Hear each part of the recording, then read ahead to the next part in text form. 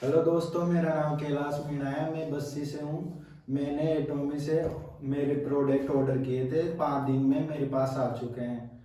तो इनकी अनबॉक्सिंग करते हैं। इनमें तो कोई छेड़छाड़ नहीं हुई है, तो देखते हैं इनमें।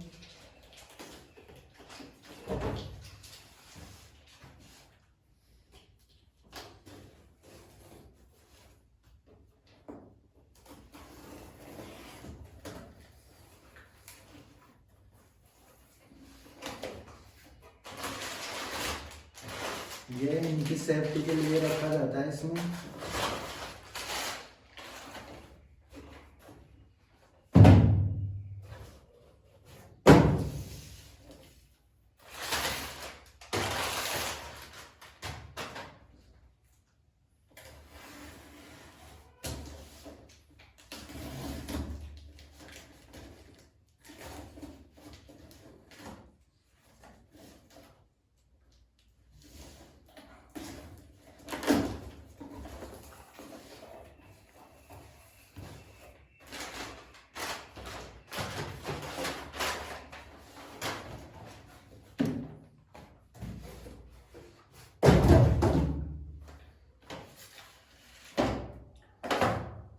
ये मैंने दो टूथपेस्ट मंगाए थे, ये दोनों।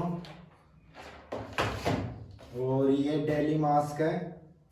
और ये एक हर्बल हेयर शैम्पू है। तो दोस्तों, इनसे कोई छेड़छाड़ नहीं हुई। मेरे पास मेरे पूरे प्रोडक्ट मिल चुके हैं मुझे।